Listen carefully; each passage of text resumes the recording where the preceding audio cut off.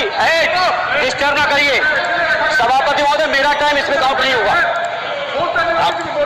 आप इधर, अरे यार बेईमानी से जीता है तो ज्यादा ना बोलो, मालूम है कितने बड़े तीरंदाज हो। इधर बेईमान हो, बेईमान हो, बेईमान हो, बेईमान हो, बेईमान हो।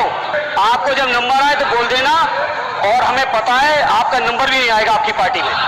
अरे छोड़िए यार, अबे कोई नोटिस नहीं लेता तुम्हें, छोड़ो, कोई नोटिस नहीं लेगा तुम्हें।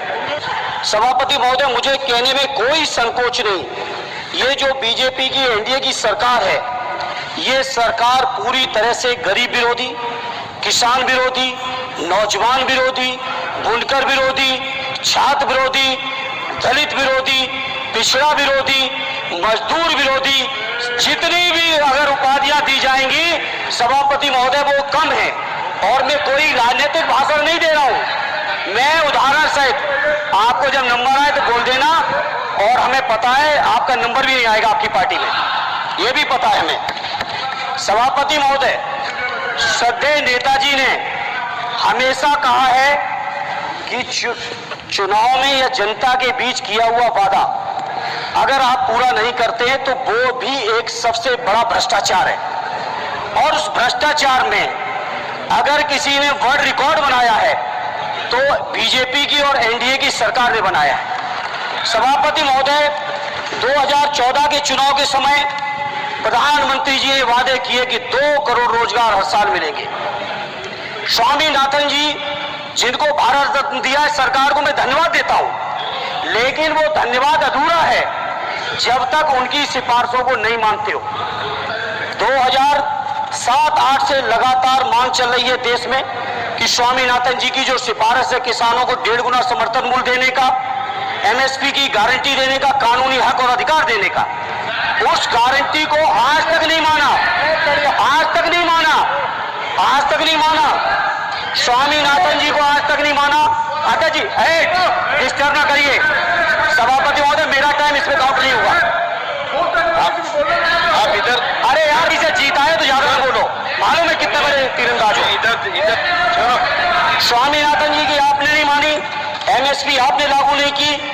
कितनी बढ़िया बातें कि खाद पे हम सब्सिडी बढ़ा रहे हैं, पहले 50 किलो को 45 किलो, फिर 45 किलो को 40 किलो, और मुझे लगता है कि एक तीसरा कार्यकाल पूरे होते होते केवल 10 ही किलो बचेगा खाद के कट्टे में, से ज्यादा नहीं बचेगा। मंडी एक नहीं बनाई, आत्महत्या इतनी कर रहे हैं किसान, और किसान अगर अपनी एमएसपी की मांग करते हैं, हजारों किसान ही दिल्ली की सीमा पर मारे जाते हैं, और आप सोचते हो कि आपकी बात को कोई समझेगा नहीं। सभापति महोदय, नौजवानों को कितना गुमराह किया गया, नौजवानों से कह दिया गया हर साल 2 करोड़ रोजगार। मैं आज सवाल पूछता हूं अपने नौजवानों की ओर से, बताएं भारतीय जनता पार्टी के लोग, सरकार में बैठे लोग, 10 साल आपने राज कर लिया है, आखिर 20 करोड़ नौजवानों को रोजगार कहां है? अरे छोड़िए यार, अबे कोई नोटिस नहीं लेता तुम्हें, छोड़ो, कोई नोटिस नहीं लेगा तुम्हें। 20 करोड़ नौजवान के रोजगार का हिसाब कहां है? आज 11वें बजट में जब याद आई तो वो भी ट्रेनिंग की बात करते हो। मैं कहना चाहता हूं आईआईएम, आईआईटी के नौजवानों को रोजगार नहीं दे पा रहे हो। आप सोच रहे हो इंटर्नशिप के इस छोटे से सुगूफे से नौजवान खुश होंगे? देश के नौजवान खुश होने वाले नहीं है। सभापति महोदय, शिक्षा के मसले पर लगातार बजट घटाया जा रहा है, लगातार सरकारी शिक्षा कम की जा रही है, और ये बीजेपी की सरकार की लगातार प्रयास है कि नौजवान शिक्षित होंगे तो सवाल पूछेंगे। देश की जेएनयू से लेके, बीएचयू से लेके, एमयू से लेके जितने बड़े संस्थान हैं, सारे संस्थानों को बर्बाद कर दिया है। एक भी दलित, एक भी पिछड़े, कहीं आपका वाइस चांसलर नहीं है। लगातार जितने भी आपके प्रोफेसर